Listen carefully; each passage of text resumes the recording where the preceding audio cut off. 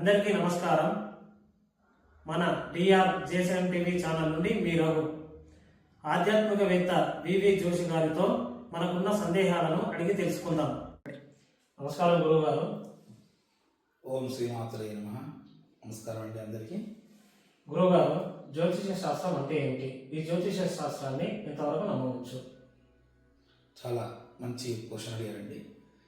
అయితే ముందుగా నా గురువులను, ఆ అమలగన్న అమ్మవారిని బుద్ధికి ప్రార్థిస్తూ అందరూ బాగుండాలి, అందులో మనం ఉండాలని ఈ యొక్క కార్యంతో ఈ యొక్క కార్యక్రమాన్ని మనం ప్రారంభం చేస్తున్నాము.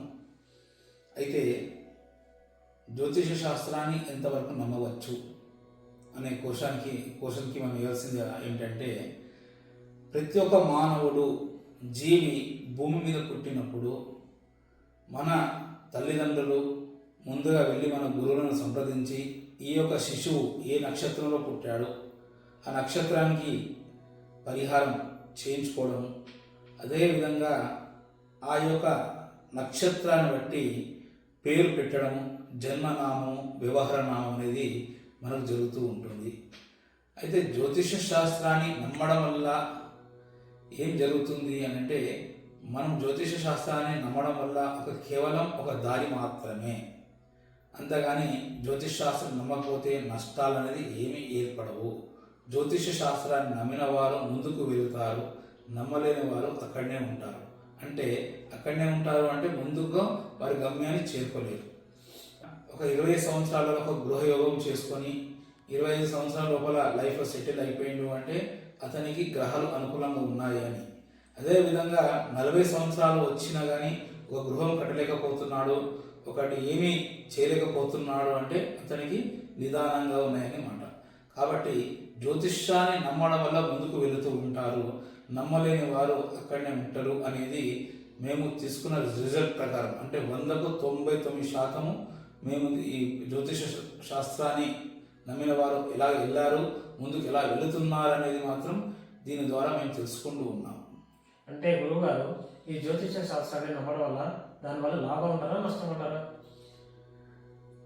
జ్యోతిష శాస్త్రాన్ని నమ్మడం వల్ల లాభం లేదు, నష్టము లేదు అండి. నమ్మిన వారికి 100కు 90% అభివృద్ధి పోతారు, నమ్మలేని వారికి నష్టం అనేది ఏమీ లేదు.